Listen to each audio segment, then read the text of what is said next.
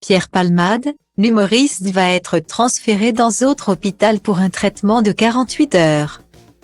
Nouveau rebondissement dans l'affaire Pierre Palmade. L'humoriste, qui devait être transféré à la prison de Fresnes, va finalement faire un séjour à l'hôpital Marie-Lane Longue au Plessis-Robinson dans les Hauts-de-Seine. Pour un traitement de 48 heures, rapporte BFM TV. La prison lui fait peur. Pierre Palmade pourrait pourtant y séjourner pendant de nombreuses années suite aux peines qui pèsent sur lui. L'humoriste est impliqué dans un accident de la route survenu le 10 février 2023 alors qu'il était sous l'emprise de la cocaïne.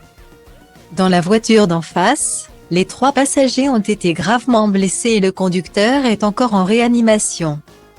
La belle-sœur, enceinte au moment de l'accident, a perdu son bébé, né vivant et viable. Selon les informations de BFM TV, une enquête a donc été ouverte et Pierre Palmade est mis en examen pour homicide et blessures involontaires. D'abord placé sous surveillance électronique par le tribunal judiciaire de Melun.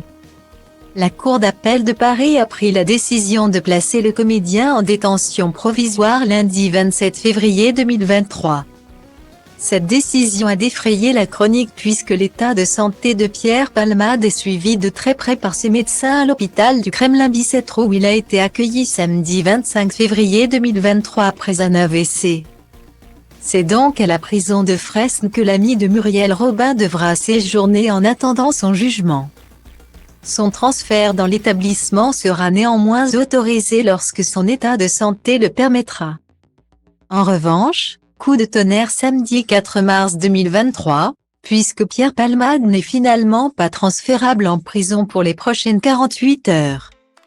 Selon les dernières informations de BFM TV, suite à un examen réalisé la veille à l'hôpital du Kremlin-Bicêtre, l'humoriste sera transféré dimanche à 15h30 à l'hôpital Marie-Lane Longue au Plessis-Robinson dans les Hauts-de-Seine. Si cet établissement hospitalier a été choisi, c'est pour son centre spécialisé dans les malformations congénitales du cœur, les maladies et les tumeurs de la cage thoracique, les hypertensions artérielles pulmonaires et les cardiopathies valvulaires ou les maladies coronariennes. Affaire à suivre.